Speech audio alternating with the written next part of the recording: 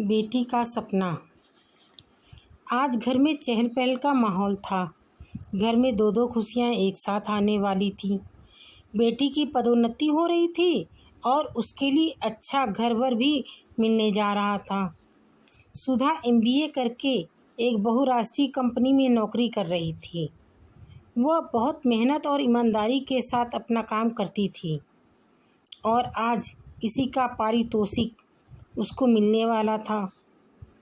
प्रतीक भी एक बहुराष्ट्रीय कंपनी में ऊंचे पद पर था और आज अपने परिवार के साथ सुधा को देखने उसके घर आने वाला था। सुधा और प्रतीक एक दूसरे से बिल्कुल अनजान और अपरिचित थे। सुधा के मौसा जी ने ही उसके लिए यह रिश्ता ढूंढा था। वे प्रतीक और उसके घर वालों की बड़ाई करते नहीं थकते थे। शाम हो चुकी थी। प्रतीक और उसका परिवार सुधा के घर पहुंच चुके थे, लेकिन अभी सुधा ऑफिस से नहीं आई थी। तभी डोरबेल बजी। सुधा की माँ ने लगभग दौड़ते हुए दरवाज़ा खोला। सुधा ने अंदर आकर माँ को मिठाई का डिब्बा पकड़ाते हुए कहा, माँ, आपकी बेटी सीनियर मैनेजर बन गई। सबका मुंह मीठा करवाइए। सुधा की बात सुनकर प्रतीक की माँ बोली, लेकिन बेटी, तुम्हें इतनी मेहनत करने की क्या ज़रूरत? तुम तो आराम से पति का घर संभालना। वैसे भी हमारे घर में बहुओं से नौकरी कराने की परंपरा नहीं रही।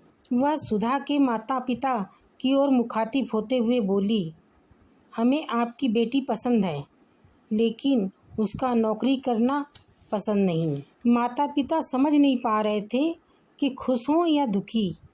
बेटी के लिए अच्छा घर-वर तो मिल रहा था, लेकिन उसके करियर के सामने सपने को तोड़कर वे मन ही मन सोचने लगे, तो क्या वे इस रिश्ते को ठुकरा दें? पता नहीं फिर ऐसा रिश्ता मिलेगा या नहीं।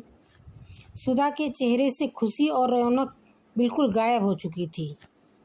उसके पिता ने हाथ जोड़ते हुए कहा, आप लोगों का बहुत बहुत शुक्रिया कि आप लोगों को हमारी बेटी पसंद आई, लेकिन हमारे लिए सबसे पहले सुधा की खुशी मायने रखती है।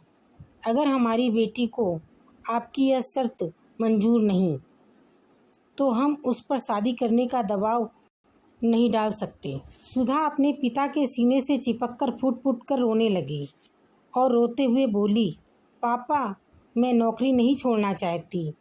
मैं शादी उसी घर में करना चाहती हूँ जहाँ मेरी इच्छा का सम्मान हो।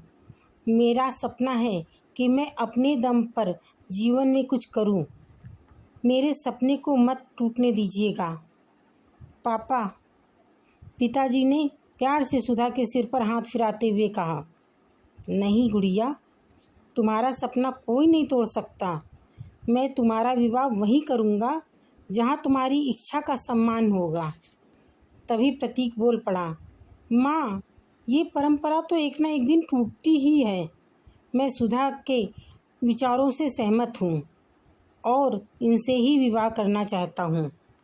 फ्रेंड्स, आपको ये कहानी पसंद आई हो तो लाइक, शेयर और सब्सक्राइब करना ना भूलिएगा। Thank you.